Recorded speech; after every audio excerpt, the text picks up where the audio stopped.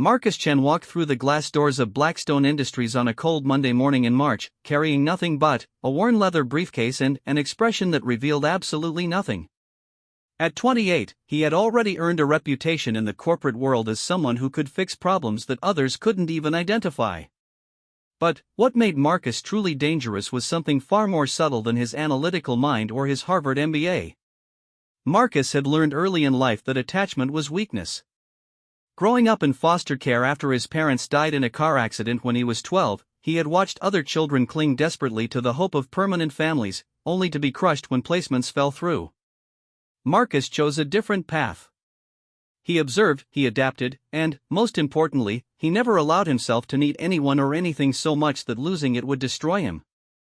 The CEO of Blackstone Industries, Jonathan Walsh, had hired Marcus specifically to handle their most pressing crisis. 3 of their key executives had been embezzling funds for over 2 years, and the company was hemorrhaging money while their board remained completely unaware of the scope of the problem. What made the situation particularly delicate was that one of the embezzlers was Walsh's brother-in-law, another was his golf partner of 15 years, and the third was someone Walsh had personally mentored since she was a junior analyst. Walsh himself was a man who valued loyalty above almost everything else. He had built his business empire on handshake deals, family connections, and what he called old-fashioned trust. The idea that people he loved and trusted had been stealing from him was so painful that he could barely function. He had spent weeks agonizing over the situation, unable to sleep, unable to make the hard decisions that needed to be made. Marcus spent his first week at Blackstone simply watching and listening. He attended meetings where he said almost nothing, observed office dynamics during lunch breaks, and carefully studied the financial records that told the real story of what had been happening. While others around him engaged in office politics, formed alliances, and worried about their own positions, Marcus remained completely detached from all of it. During his second week, Marcus requested a private meeting with Walsh. He entered the CEO's corner office and placed 3 manila folders on the mahogany desk. Walsh's hands were shaking slightly as he opened them. "The evidence is overwhelming," Marcus said calmly. "Your brother-in-law has been creating fake vendor accounts and approving payments to shell companies he controls. Your golf partner has been manipulating the inventory numbers and selling company assets through a secondary business he operates. Your mentee has been systematically inflating expense reports and pocketing the difference." Walsh stared at the documents, his face growing pale. "Are you absolutely certain about this, Marcus? I've spent 2 weeks verifying every detail. The total amount stolen exceeds $4 million. What happened next revealed why Marcus had been brought in to handle this situation. Walsh broke down completely.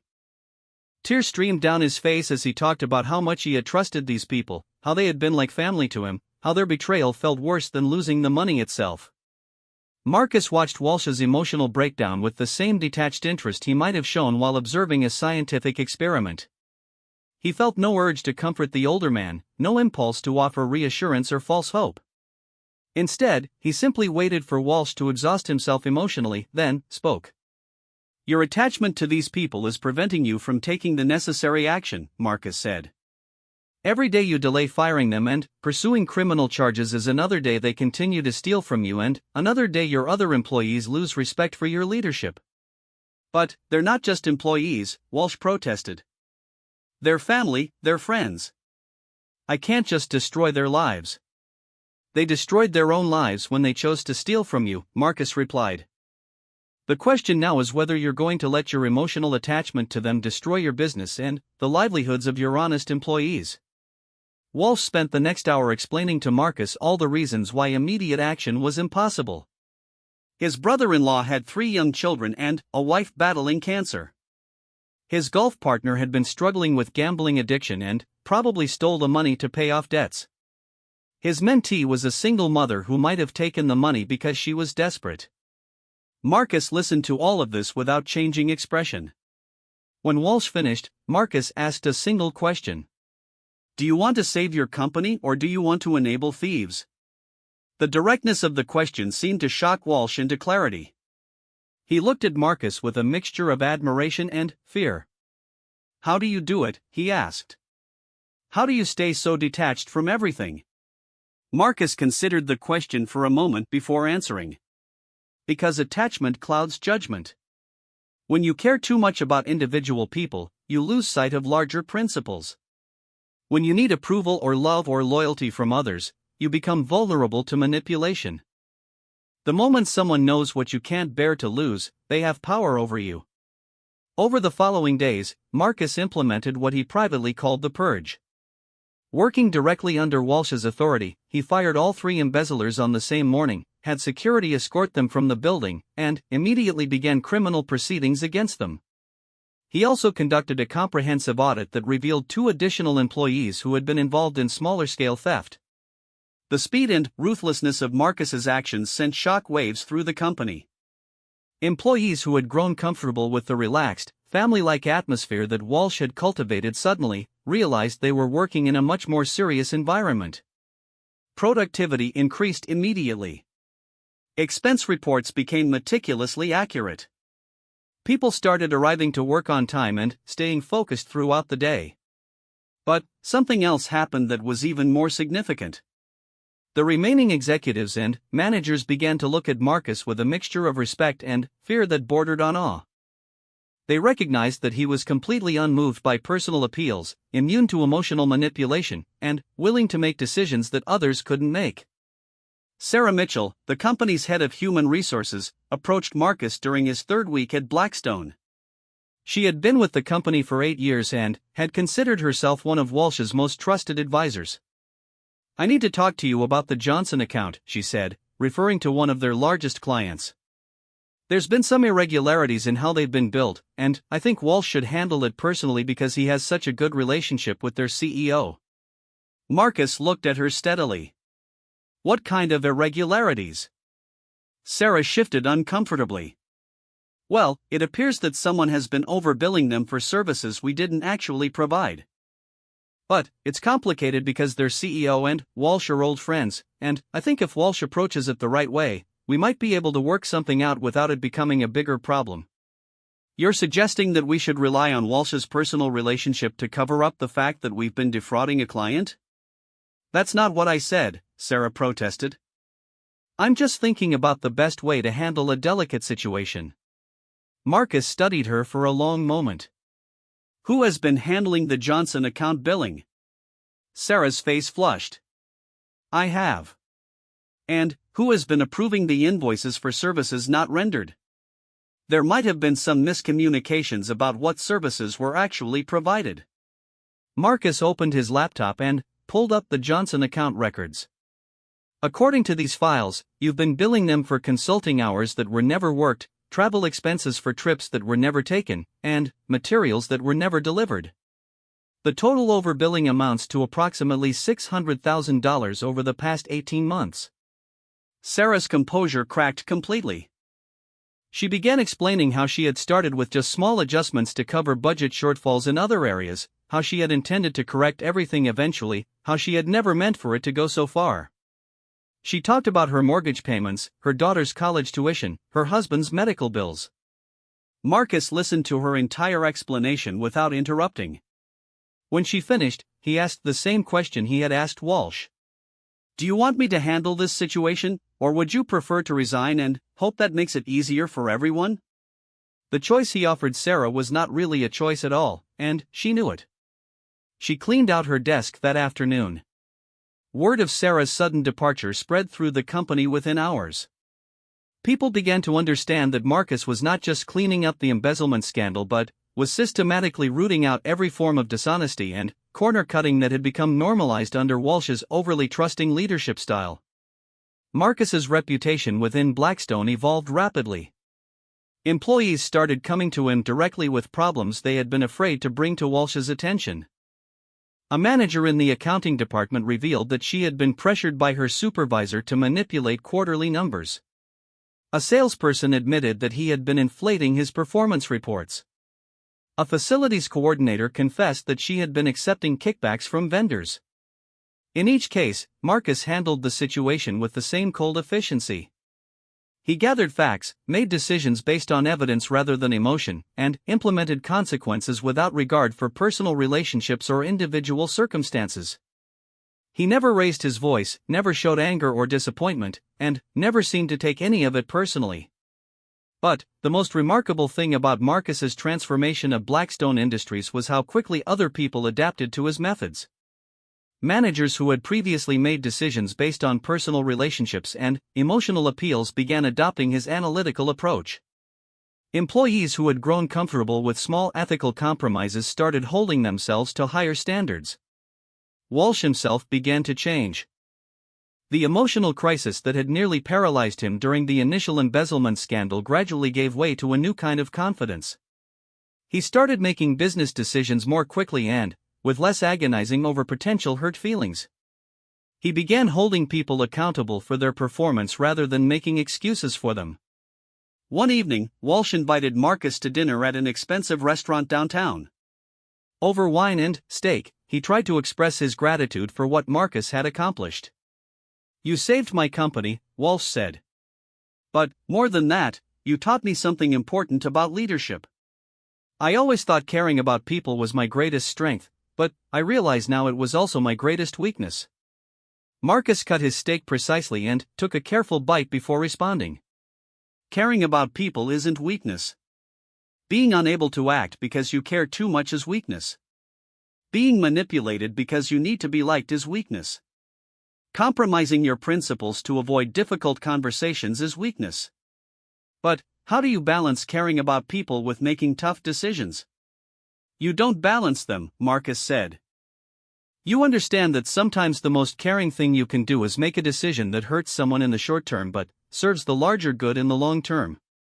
You understand that being liked is not the same as being respected, and that respect is earned through consistent action, not through being agreeable." Walsh nodded thoughtfully. "The board has been asking me about making your position permanent. They're incredibly impressed with what you've accomplished here." Marcus considered this information without showing any excitement or concern. "What did you tell them?" "I told them I'd discuss it with you first. I know you came here to handle a specific crisis, and that crisis has been resolved. But I think you could do incredible things if you stayed long term." "What kind of things?" Walsh leaned forward eagerly. "We could expand into new markets, acquire some of our competitors, maybe even take the company public within 5 years. With your analytical skills and my industry relationships, we could build something really significant." Marcus finished his meal methodically before responding. "And what would you expect from me in that scenario?" "I'd want you as my partner," Walsh said. "Not just an employee, but someone who shares in the vision and the success we build together." The offer was exactly the kind of opportunity that most business consultants dreamed of. Walsh was offering Marcus equity, authority, and the chance to build something lasting. But Marcus recognized something in Walsh's eagerness that made him cautious. "You're making the same mistake again," Marcus said quietly. "What do you mean?" "You're getting attached. You're starting to see me as family, as a friend, as someone you can trust and rely on. You're forgetting that the reason I was effective in this situation was precisely because I remained detached from all of it." Walsh looked confused and slightly hurt. "But surely now that we've worked together successfully, we can build a different kind of relationship."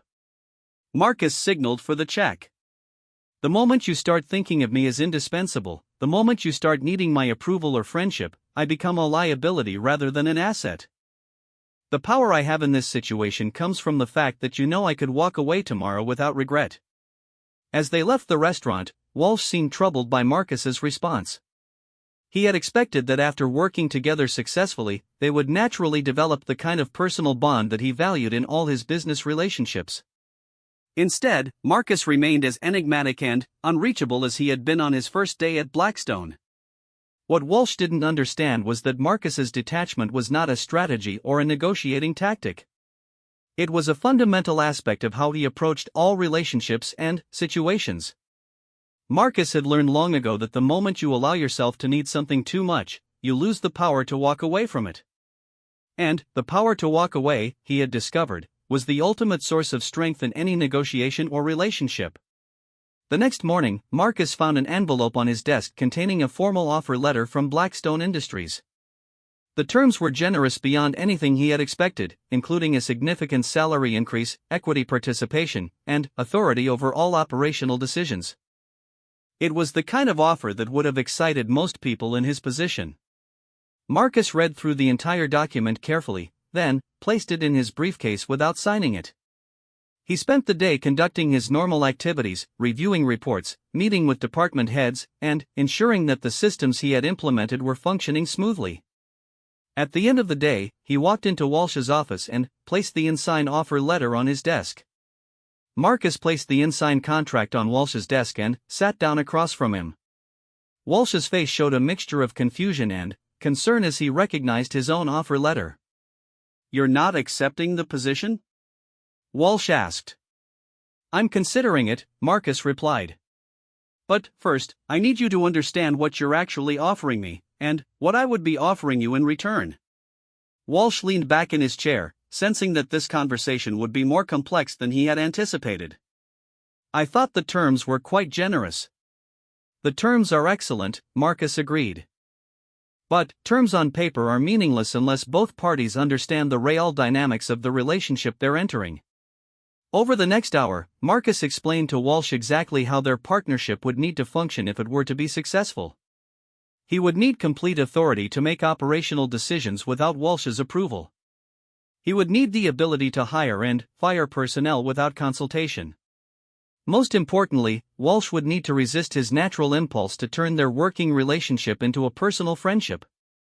"You're asking me to give up control of my own company," Walsh protested.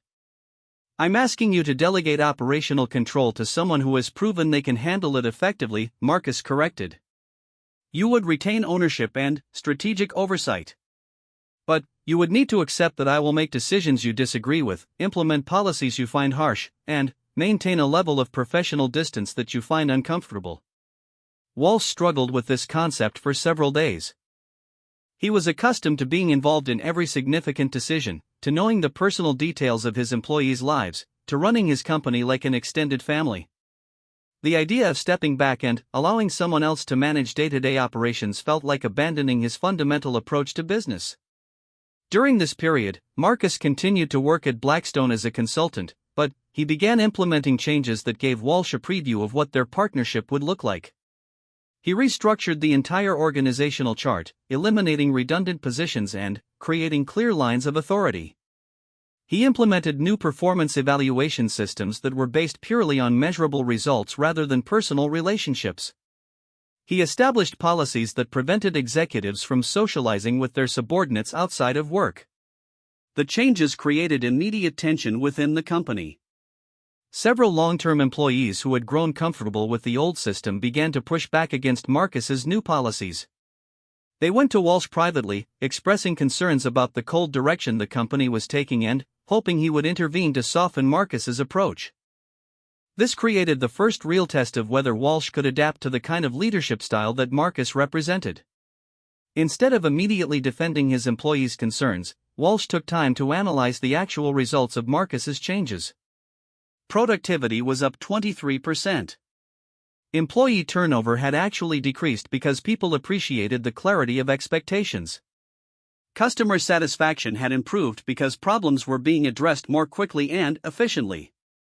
When Walsh reviewed these metrics, he realized that his emotional attachment to the family atmosphere of his company had been preventing him from seeing how much that atmosphere had been holding back actual performance.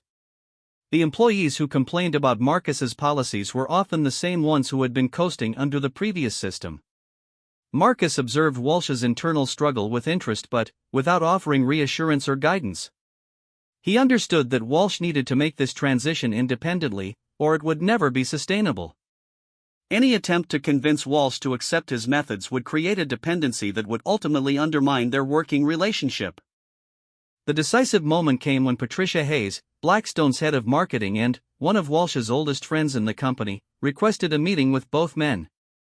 Patricia had worked at Blackstone for 12 years and had always been one of Walsh's most trusted advisors. She was also someone who had benefited significantly from the casual, relationship-based management style that had previously characterized the company. "Jonathan, I need to talk to you about what's been happening around here," Patricia said, directing her comments to Walsh while largely ignoring Marcus's presence. I understand that we needed to clean up some problems, but I think we've gone too far in the other direction. People are afraid to make mistakes, afraid to be creative, afraid to take risks. The whole atmosphere has changed, and not for the better." Walsh looked uncomfortable as Patricia continued her critique. "We built this company on trust and collaboration and innovation. Now people feel like they're being watched and judged constantly. They're more focused on covering themselves than on doing great work." Marcus listened to Patricia's entire speech without changing expression. When she finished, he asked a simple question. "What evidence do you have that creativity and innovation have declined?" Patricia seemed caught off guard by the directness of the question. "Well, it's not something you can necessarily measure in numbers." "Actually, it is," Marcus replied. He opened his laptop and pulled up several reports. New product development proposals are up 40% compared to the same period last year. Customer feedback scores on our creative services have improved consistently for 6 consecutive months. Revenue from innovative solutions has increased by 31%. But the morale surveys show that people are less satisfied with the work environment, Patricia countered. The morale surveys show that people are less satisfied with the social environment, Marcus corrected. But professional satisfaction, measured by factors like pride in work quality, confidence in company direction, and sense of career advancement opportunity, has improved across all categories. Patricia turned back to Walsh, clearly frustrated by Marcus's response. "Jonathan, you know me. You know I'm not someone who complains or makes trouble. But I'm genuinely concerned that we're losing something important here." This was exactly the kind of moment that Walsh would have found most difficult under his old leadership style. Patricia was not just an employee but a friend whose opinion he valued and whose feelings he cared about. His natural impulse would have been to find some way to accommodate her concerns, to soften the changes that were causing her discomfort. Instead, Walsh looked at Patricia with genuine compassion but also with newfound clarity. "Patricia, I appreciate your concern, and I understand that the changes have been difficult for everyone. But I need you to help me understand something. Are your concerns about what's best for the company, or about what's most comfortable for you personally?" The question clearly surprised Patricia. She had expected Walsh to be sympathetic to her position and to work with her to find a compromise that would address her concerns. "I've always been completely committed to what's best for this company," she said defensively. "I know you have," Walsh replied. "So help me understand why you think it would be better for the company to return to a system that allowed people to steal from us, that enabled poor performance, that created confusion about expectations and accountability." Patricia struggled to respond to this framing of the issue. She had come into the meeting thinking about her own comfort and the comfort of her colleagues, but she hadn't considered the larger question of what management approach actually served the company's interests best. Marcus watched this exchange with particular interest because it revealed whether Walsh had truly internalized the lessons of the past few months or whether he was simply going through the motions of supporting changes he didn't fully understand. The fact that Walsh was able to redirect the conversation from personal feelings to business principles suggested that he was beginning to think more strategically about leadership. After Patricia left the meeting, clearly unsatisfied with the response she had received, Walsh turned to Marcus with a mixture of sadness and resolve. "That was one of the hardest conversations I've ever had with an employee," he said. "Patricia has been like a sister to me for years. But I realized as I was talking to her that she was asking me to prioritize her comfort over the health of the company." Marcus nodded. "The question now is whether you can maintain that perspective when the next person comes to you with similar concerns." Over the following weeks, several other long-term employees approached Walsh privately to express reservations about the new direction of the company. In each case, Walsh found himself applying the same analytical framework that Marcus had demonstrated. Instead of automatically sympathizing with their emotional concerns, he asked them to demonstrate how their proposed changes would actually benefit the company. Most of them were unable to make that case convincingly. They wanted the company to return to a more relaxed environment because it was more comfortable for them personally, not because it was more effective professionally. A few of them eventually resigned, unable to adapt to the higher expectations and clearer accountability. But something interesting happened with the employees who remained. Once they understood that the new standards were permanent and non-negotiable, many of them began to perform at levels they had never achieved before. Without the option of relying on personal relationships to excuse poor performance, they focused on developing their professional skills and delivering measurable results. Marcus observed these changes with satisfaction, but he also noted something that concerned him. Walsh was beginning to take personal pride in the company's improved performance, and he was starting to give Marcus credit for the transformation in ways that suggested growing emotional attachment. During their weekly review meeting in late June, Walsh enthusiastically shared the latest quarterly numbers with Marcus. Revenue was up, costs were down, and customer retention had reached an all-time high. "I have to admit, Marcus, when you first started implementing these changes, I had serious doubts about whether they would work," Walsh said. "But the results speak for themselves. You've completely transformed this company." Marcus listened to Walsh's praise without showing pleasure or satisfaction. "The company has improved because you supported necessary changes and the employees adapted to higher expectations. My role was simply to identify what needed to be done." "You're being too modest," Walsh insisted. "This transformation couldn't have happened without your leadership." "That's exactly the kind of thinking that will undermine everything we've accomplished," Marcus said quietly. Walsh looked puzzled. "What do you mean? You're starting to see me as indispensable. You're beginning to believe that the company's success depends on my continued involvement. That's the same kind of emotional dependency that got you into trouble with the embezzlers." Walsh protested that his appreciation for Marcus's contributions was different from his previous relationships with employees who had betrayed his trust. But Marcus recognized the same patterns that had made Walsh vulnerable before: the desire to see business relationships as personal relationships, the tendency to attribute company success to individual personalities rather than sound systems and processes. "The moment you start thinking you need me," Marcus explained, "is the moment I lose the ability to make objective decisions about what's best for this company. If I know you're emotionally dependent on my approval or my presence, I'll start making choices based on maintaining that relationship rather than on pure business logic." This concept was difficult for Walsh to accept because it contradicted everything he believed about building successful business partnerships. He had always assumed that trust and mutual dependency were essential elements of any effective working relationship. Marcus decided to demonstrate his point in a very concrete way. Without warning Walsh in advance, he submitted a resignation letter the next morning, effective in 2 weeks. Walsh's reaction was immediate and intense. He called Marcus into his office within an hour of receiving the letter, clearly agitated and distressed. "What is this about?" Walsh demanded. "Are you unhappy with your compensation? Do you have concerns about the direction of the company? Is there something we need to discuss?" Marcus remained perfectly calm. "I'm resigning because I think it's time for me to move on to a new challenge. But we haven't even finished implementing all the changes we discussed. There are projects that need your oversight. There are strategies that we've developed together that only you fully understand. All of those things can be handled by other people," Marcus replied. "Nothing I've done here is so complex that it can't be continued by competent managers using the systems we've put in place." Walsh spent the next hour trying to convince Marcus to reconsider. He offered him a larger ownership stake, additional authority, even the option to eventually succeed him as CEO. He argued that the company needed Marcus's leadership, that the employees would be lost without his guidance, that all their progress would be undone if he left. Marcus listened to all of these arguments without changing his position. When Walsh finally exhausted his appeals, Marcus asked him a question.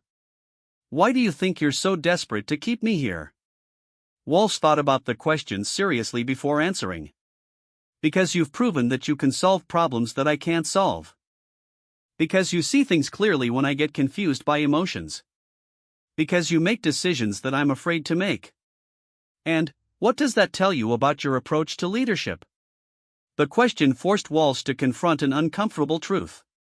His desperate desire to keep Marcus at the company was evidence that he was still trying to find someone else to take responsibility for difficult decisions rather than developing the ability to make those decisions himself.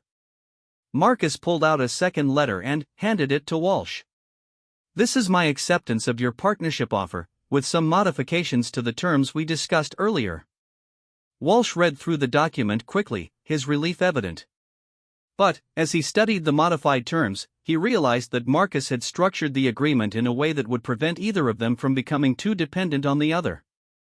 Marcus would have significant authority and equity participation, but the contract included specific provisions that would allow either party to dissolve the partnership with minimal disruption to company operations. "You were testing me," Walsh said finally. "I was demonstrating a principle," Marcus corrected. "Real power comes from knowing that you can walk away from any situation that no longer serves your interests. The moment someone knows you can't walk away, they control you completely." Walsh signed the modified partnership agreement that afternoon, but he did so with a much deeper understanding of what he was agreeing to. He was not just bringing Marcus on as a partner, he was committing to a fundamentally different approach to business relationships, one based on mutual benefit rather than emotional attachment, on respect rather than affection, on performance rather than loyalty. The news of Marcus's permanent appointment as managing partner spread through Blackstone Industries quickly. The reaction among employees was mixed but respectful. Most people recognized that the company was performing better under his leadership, even if they found his management style challenging to adjust to. But the real test of Marcus's approach was about to come from an unexpected source. Blackstone's primary competitor, Meridian Corporation, had been watching the transformation at Blackstone with great interest. They had noticed the departure of several key employees, the changes in company culture, and, most importantly, the improved financial performance. Thomas Crawford, the CEO of Meridian Corporation, decided to make a direct play for Marcus's services. He invited Marcus to lunch at the most exclusive restaurant in the city and made him an offer that was significantly more lucrative than his partnership arrangement with Blackstone. "I've been watching what you've accomplished at Blackstone," Crawford said over expensive wine. "It's exactly the kind of transformation that Meridian needs. I'm prepared to offer you complete control over operations, a guaranteed equity position that would make you wealthy within 5 years, and the resources to implement whatever changes you think are necessary." Marcus listened to the entire proposal without showing interest or concern. When Crawford finished, Marcus asked a single question. "What makes you think I would be interested in leaving Blackstone?" Crawford seemed surprised by the question. "Well, the obvious reasons. More money, more authority, more opportunity for advancement. Plus, Meridian is a larger company with more potential for growth." "Those are all external factors," Marcus observed. "But they don't address the most important question. Which is whether you understand why my methods work, or whether you just want to hire someone who can produce results you don't understand." Crawford looked confused. "I'm not sure I follow." Marcus explained that his effectiveness at Blackstone had been based on a very specific set of principles that most business leaders found difficult to accept. He required complete autonomy in operational decisions, he expected support for policies that might seem harsh or unpopular, and he maintained professional relationships that deliberately avoided personal attachment or friendship. "Most CEOs say they want those things," Marcus continued, "but when it comes time to actually implement difficult decisions, they want to be consulted, they want to modify approaches based on personal considerations, they want to maintain the illusion that business relationships can also be friendships." Crawford assured Marcus that he would have complete support and autonomy at Meridian, but Marcus could tell that Crawford didn't really understand what that meant in practice. He was the kind of leader who wanted the benefits of decisive management without accepting the personal discomfort that effective leadership sometimes required. Marcus declined Crawford's offer politely but definitively. When Crawford pressed him for specific reasons, Marcus simply said that he preferred to continue working in a situation where the expectations and boundaries were clearly established and mutually understood. Word of Meridian's recruitment attempt reached Walsh within a few days, as Marcus had expected it would. Walsh's initial reaction was anxiety about losing Marcus to a competitor, but he quickly realized that the situation was actually a validation of their partnership structure. Under the old version of himself, Walsh would have panicked about the possibility of Marcus leaving and would have immediately tried to renegotiate their agreement to make it more attractive. But he had learned to think more strategically about these situations. Instead of offering Marcus additional incentives to stay, Walsh simply asked him whether the Meridian offer had raised any concerns about their current arrangement that they needed to address. "No concerns," Marcus replied. "But I am curious about your reaction to learning about the offer." Walsh considered the question carefully.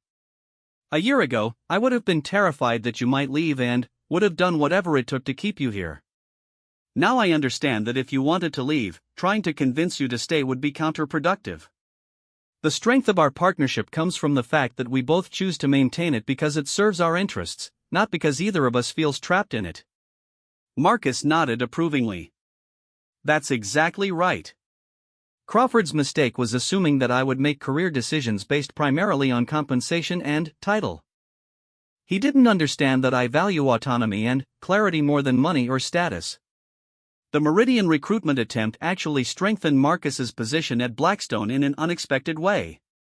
Other companies began to take notice of Blackstone's improved performance and started trying to recruit other key employees. But the management team that Marcus had developed was remarkably resistant to outside offers. This was not because they were personally loyal to Marcus or to Walsh, but because they had learned to value the clarity and efficiency of working in an organization where expectations were clear, decisions were based on merit, and personal politics were minimized.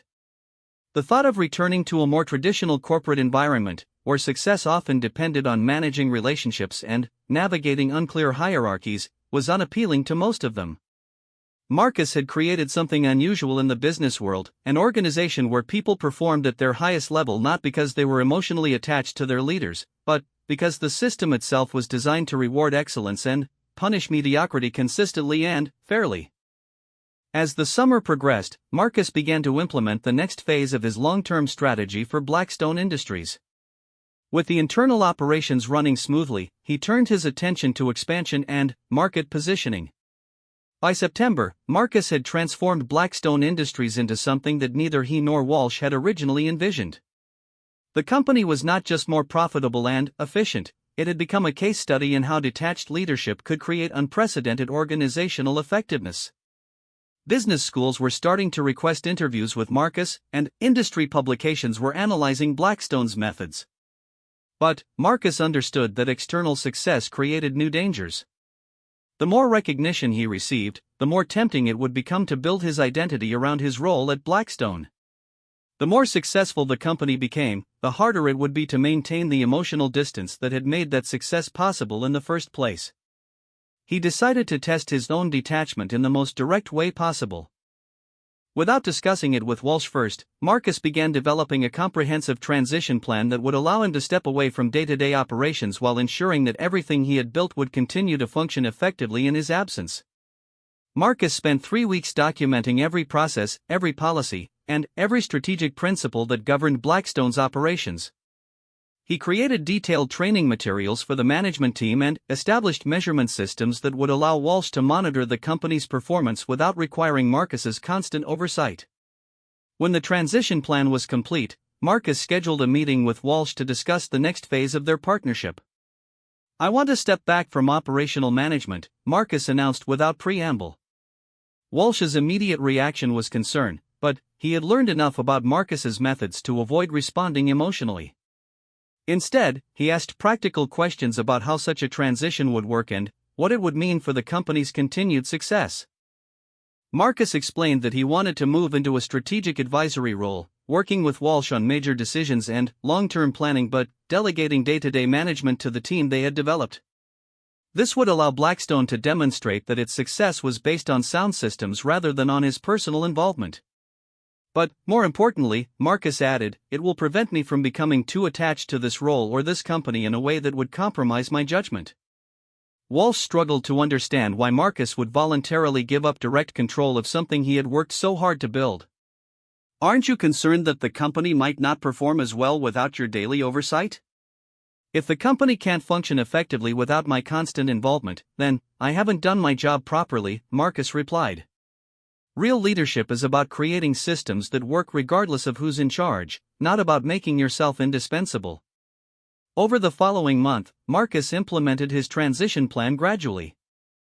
He began delegating more authority to department heads, requiring them to make decisions independently rather than seeking his approval for routine matters.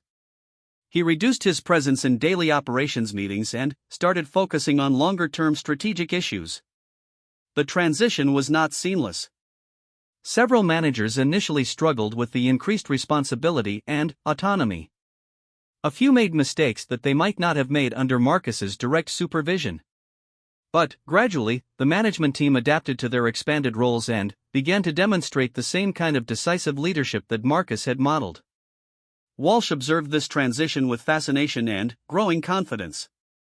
He realized that Marcus was teaching him one final lesson about leadership: the ability to step back and allow others to succeed was just as important as the ability to take control when necessary. During this period, Marcus received an unexpected phone call that would test everything he had learned about the power of detachment. The call was from Rebecca Chen, the sister he had not spoken to in 15 years. Marcus had deliberately avoided contact with his remaining family members after aging out of the foster care system. His sister had been placed in a different home when their parents died, and they had grown apart during their teenage years. Marcus had concluded that maintaining family relationships would create emotional attachments that could compromise his professional effectiveness. "I know this is strange, calling you after all this time," Rebecca said. "But I've been reading about what you've accomplished in business, and I need to ask for your help." Rebecca explained that she was facing bankruptcy due to her husband's medical bills. He had developed a rare form of cancer that required experimental treatments not covered by insurance. They had exhausted their savings, mortgaged their home, and were now facing the possibility of losing everything. "I'm not asking for charity," Rebecca emphasized. "I have a business plan for a consulting company that I think could be successful. I just need someone with your expertise to help me get it started." Marcus listened to his sister's entire explanation without interrupting. When she finished, he asked several detailed questions about her business plan, her relevant experience, and her financial projections. Rebecca's answers demonstrated that she had thought seriously about the venture and had realistic expectations about the challenges involved. But Marcus also recognized that Rebecca's request presented exactly the kind of emotional complication he had spent years avoiding. Helping her would mean making a decision based partially on family loyalty rather than pure business logic. Refusing to help would mean prioritizing his professional principles over his sister's welfare. "I need some time to think about this," Marcus told Rebecca. "I'll call you back within a week." Marcus spent the next several days analyzing the situation from multiple angles. Rebecca's business plan was actually quite sound, and her background in organizational psychology made her well qualified to succeed in management consulting. Under normal circumstances, he would have been willing to provide guidance to someone with her qualifications. But he also understood that any business relationship with his sister would inevitably involve emotional complications that could compromise his judgment. If her business struggled, he might be tempted to provide additional support beyond what was warranted. If it succeeded, she might expect ongoing assistance that could create an unhealthy dependency. Marcus decided to test his own detachment by applying the same analytical framework to this personal situation that he would apply to any business decision. He would help Rebecca if and only if he could do so in a way that maintained clear boundaries and realistic expectations. When he called Rebecca back, Marcus offered to review her business plan and provide initial guidance, but he also established specific limits on their relationship. He would not provide financial backing, he would not guarantee ongoing consultation, and their business interactions would be conducted on the same professional basis he maintained with all his clients. "I want to make sure you understand what I'm offering and what I'm not offering," Marcus explained. "I'll help you get started, but after that, your success or failure will depend entirely on your own efforts." Rebecca accepted these terms gratefully, and Marcus spent the following weekend reviewing her business plan and providing detailed feedback on her strategic approach. Her concept was solid, but her financial projections were overly optimistic and her marketing strategy needed significant refinement. Marcus provided Rebecca with a revised business plan that addressed these issues, along with specific recommendations for initial clients and pricing strategies. When he finished, he felt satisfied that he had provided valuable assistance without compromising his principles or creating unrealistic expectations. But something unexpected happened during the process of helping his sister. For the first time in years, Marcus found himself genuinely curious about another person's success or failure for reasons that had nothing to do with professional benefit. He discovered that he actually cared about whether Rebecca would be able to save her home and support her husband's medical treatment. This realization troubled Marcus because it suggested that his detachment was not as complete as he had believed. If he could feel genuine concern about his sister's welfare, then he was vulnerable to the same kind of emotional manipulation that had compromised Walsh's leadership of Blackstone. Marcus decided to use this discovery as an opportunity to test and strengthen his own principles.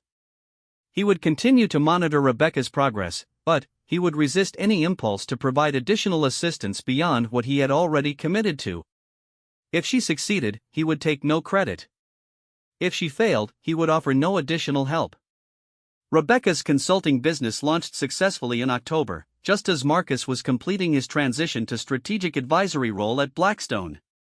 Her first few clients were impressed with her work, and she quickly developed a reputation for helping companies improve their organizational effectiveness.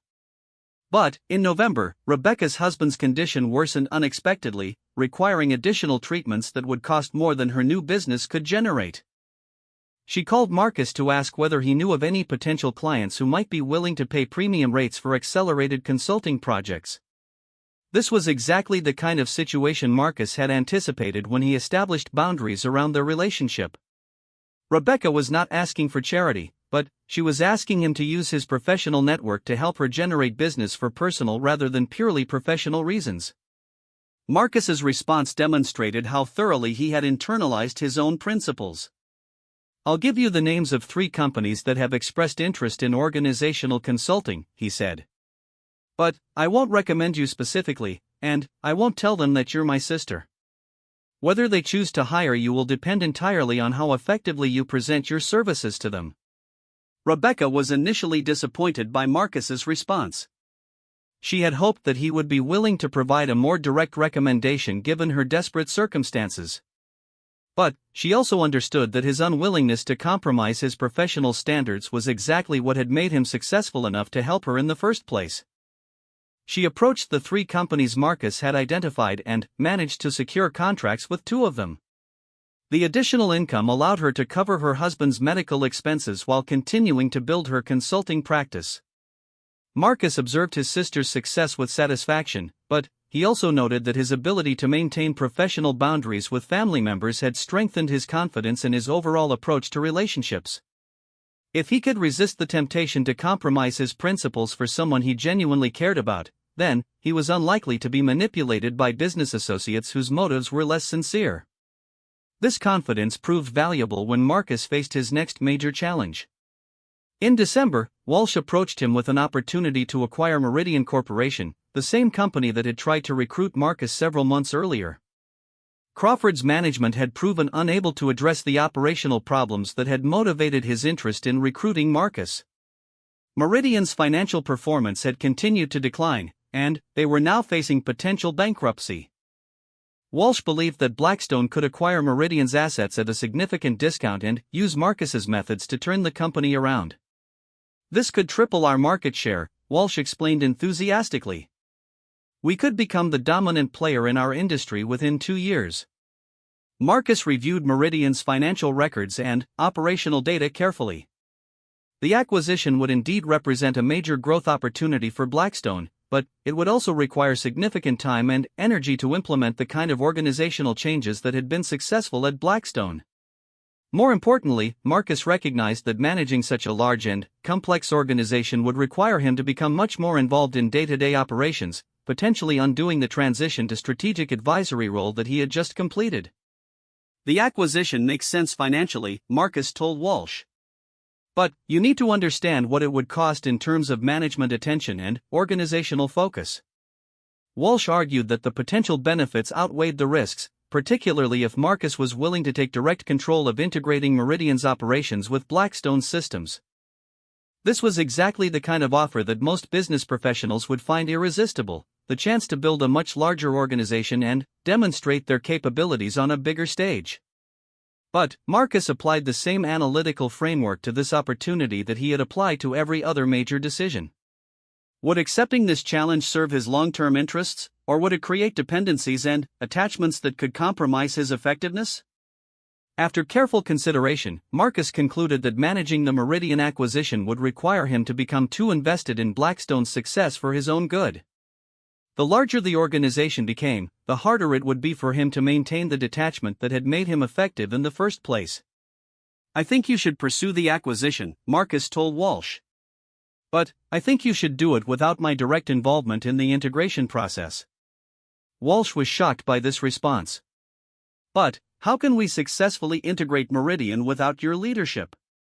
"By applying the same principles you've learned over the past year," Marcus replied. "By making decisions based on evidence rather than emotion, by holding people accountable for results rather than intentions, by maintaining clear boundaries between professional and personal relationships." This conversation represented the final test of whether Walsh had truly internalized the lessons Marcus had been teaching him.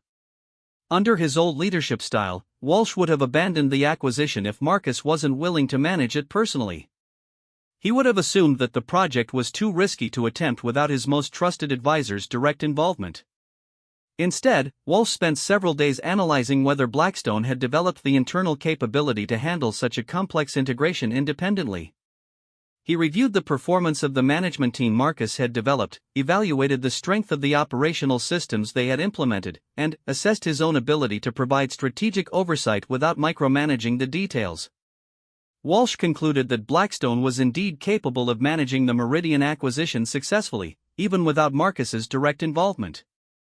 The organization had developed enough strength and clarity that it could tackle major challenges using the principles Marcus had established. The acquisition of Meridian Corporation was completed in January, and the integration process began immediately. Walsh led the project personally, applying the same methodical approach that Marcus had demonstrated during the initial transformation of Blackstone. Department heads who had been developed under Marcus's leadership took responsibility for implementing operational changes at Meridian. Marcus observed the integration process from his advisory role, providing strategic guidance when requested but avoiding the temptation to take direct control of the details. He was pleased to see that the management team functioned effectively without his constant oversight and that Walsh had developed the confidence to make difficult decisions independently. The success of the Meridian integration demonstrated that Marcus had achieved something unusual in the business world. He had created an organization that embodied his principles without depending on his personality. The methods he had developed were transferable and sustainable because they were based on systematic thinking rather than individual charisma. But Marcus also recognized that his work at Blackstone was essentially complete. The company no longer needed his guidance to function effectively, and staying longer would risk creating exactly the kind of emotional attachment he had spent years avoiding. In March, Marcus informed Walsh that he would be stepping down from his advisory role at the end of the fiscal year. He wanted to spend several months ensuring that the transition was smooth and that all of his strategic responsibilities were transferred to appropriate internal leaders. Walsh's reaction to this announcement demonstrated how much he had changed over the past 2 years.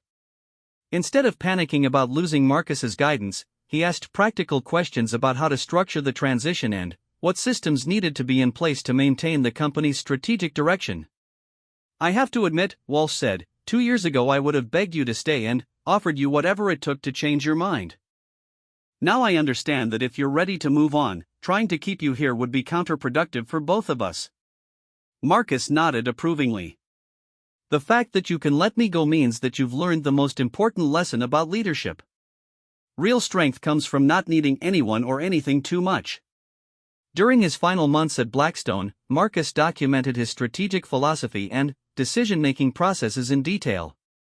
He wanted to leave behind a comprehensive guide that future leaders could use to maintain the organizational culture he had helped create.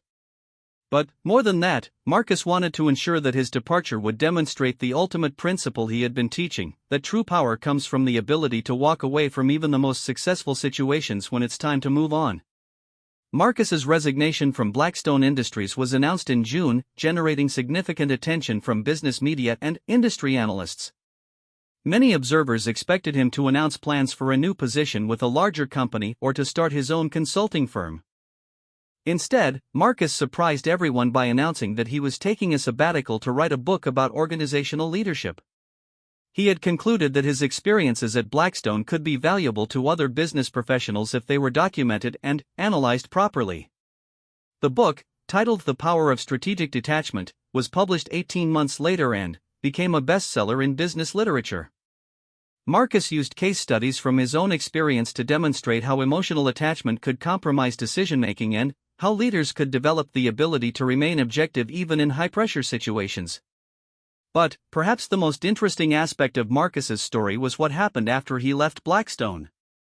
The company continued to thrive under Walsh's leadership, growing steadily and maintaining the high-performance culture that Marcus had helped establish. This demonstrated that Marcus's methods were indeed transferable and sustainable. Walsh himself became a sought-after speaker on leadership topics, sharing the lessons he had learned about balancing emotional intelligence with analytical decision-making. He credited Marcus with teaching him that caring about people and holding them accountable were not contradictory but complementary aspects of effective leadership. Rebecca's consulting business also continued to grow, and she eventually became successful enough to pay for her husband's complete treatment and recovery. She maintained periodic contact with Marcus, but their relationship remained professional rather than personal, exactly as he had established from the beginning. The ultimate test of Marcus's philosophy came 5 years after he left Blackstone, when Walsh called him with an unusual request. Blackstone had been approached by a private equity firm interested in acquiring the company for a sum that would make both Walsh and Marcus extremely wealthy. "I want your advice on whether we should accept the offer," Walsh said. "Not because I can't make the decision myself, but because I value your perspective on strategic issues." Marcus agreed to review the offer and provide his analysis, but he also established the same clear boundaries he had maintained throughout their relationship. He would give his honest assessment of the opportunity, but the final decision would be entirely Walsh's to make. After reviewing the details, Marcus concluded that the acquisition offer was fair but not compelling. Blackstone was performing well enough that Walsh could probably achieve similar financial returns by continuing to grow the company independently. But the real question, Marcus told Walsh, is whether you're ready to step back from active leadership or whether you still find the work engaging and challenging. Walsh thought carefully about this question before answering. "I think I'm ready to move on to something new. I've proven to myself that I can build and lead a successful organization. Now I'm curious about what other challenges I might be able to tackle." Walsh's response demonstrated that he had truly internalized Marcus's philosophy about the power of detachment. He was able to consider selling the company he had built not because he was dissatisfied with it, but because he understood that clinging to past successes could prevent him from pursuing new opportunities. The sale of Blackstone Industries was completed 6 months later. Walsh used his proceeds to start a foundation focused on teaching leadership skills to non-profit organizations, applying the same analytical methods that had been successful in business to the challenges of social impact. Marcus used his share of the proceeds to establish a leadership institute where he could continue developing and teaching his ideas about strategic detachment and organizational effectiveness. The institute attracted students from around the world who wanted to learn how to lead without becoming emotionally compromised by the pressures of leadership. Years later, when business historians analyzed the transformation of Blackstone Industries, they identified it as a landmark case study in how leadership philosophy could fundamentally change organizational culture and performance. But they also noted that the most remarkable aspect of the story was how Marcus had been able to create lasting change without becoming permanently attached to the organization he had transformed. Marcus himself continued to live according to the principles he had developed. He remained professionally engaged but personally detached, building successful relationships without becoming dependent on them, creating value without claiming ownership of the results. The final lesson of Marcus's story was that true power lay not in accumulating control or influence, but in maintaining the freedom to choose one's own direction regardless of external pressures or expectations. By refusing to allow himself to be defined by any single role, relationship, or achievement, Marcus had achieved something that eluded most successful people: the ability to remain completely authentic to his own principles regardless of the circumstances he faced. His approach had proven that it was possible to care deeply about excellence and results while remaining emotionally detached from specific outcomes. This combination of engagement and detachment had allowed him to make decisions based on objective analysis rather than personal fear or desire, creating better results for everyone involved while maintaining his own autonomy and integrity. The power that others had dreaded in Marcus was ultimately the power of someone who could not be controlled, manipulated, or compromised because he had never allowed himself to become too attached to anything or anyone to walk away when necessary. It was a power that few people understood but that everyone recognized when they encountered it.